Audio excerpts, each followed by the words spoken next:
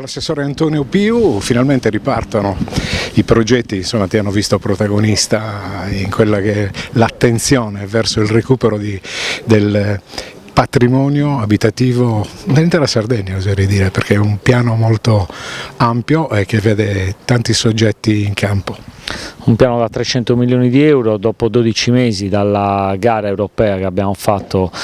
stiamo riuscendo già a partire con le imprese, quindi con i lavori. Oggi siamo a Latte Dolce e Santa Maria di Pisa in Piazza dei Tori, stiamo consegnando lavori per oltre 3 milioni e 200 mila euro che consentirà a tantissime famiglie di poter avere degli alloggi dignitosi con il rifacimento delle facciate, con tutto il rifacimento di una serie di parti comuni che ad oggi sono eccessivamente ammalorate. Abbiamo detto sin dall'inizio del mio mandato che l'edilizia residenziale popolare sarebbe stata al primo posto per un recupero non solo appunto degli appartamenti, delle palazzine, ma soprattutto dare un segnale importante che è quello della dignità dell'abitare, del fatto che le condizioni che si creano socio-economiche all'interno dei contesti più difficili si possono sviluppare in maniera positiva solo ed esclusivamente se quello in cui si vive quotidianamente è un alloggio adeguato ed un alloggio dignitoso. La città è anche in un rione abbastanza,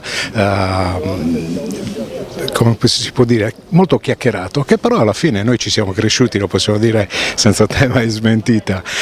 grandi potenzialità e soprattutto il rispetto di quelle che sono proprio le unità abitative che devono necessariamente però essere rimesse in ordine visto insomma le nuove normative. Ma intanto un orgoglio da un punto di vista non solo istituzionale ma anche personale. Per me oggi qua è ritornare a casa, sono nato e cresciuto, le difficoltà che si vivono in determinati contesti diciamo che sono molteplici. Quello che noi oggi cerchiamo di fare è risolverne un pezzo,